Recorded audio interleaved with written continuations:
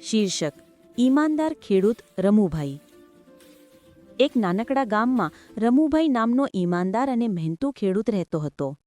તેમના પાસે થોડી જમીન હતી, પણ તેઓ ખૂબ પ્રેમથી ખેતી કરતા. રોજ સવારથી સાંજ સુધી ખેતરમાં મહેનત કરતા, ગાય બકરાની સંભાળ રાખતા અને પોતાના પરિવારને સુખી લાગતા. એક વર્ષ એવું આવ્યું કે વરસાદ બિલકુલ પડ્યો નહીં. જમીન સુકાઈ ગઈ, ખેતરમાં ફસલ ઉગી નહીં.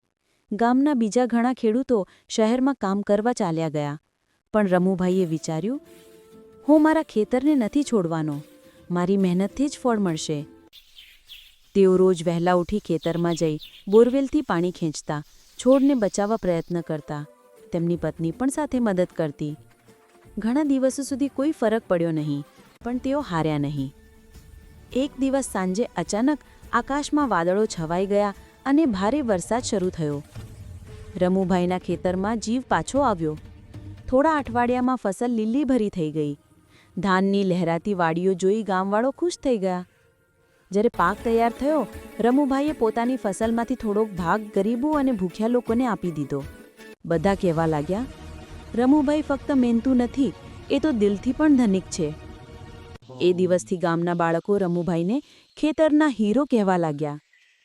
વાર્તાનો સાર: 1. ઈમાનદારી, ધીરજ અને મહેનત કદી વ્યર્થ નથી જતી. 2. સાચો ખેડૂત એ છે જે જમીનને માતા સમજે અને ક્યારેય હાર ન માને.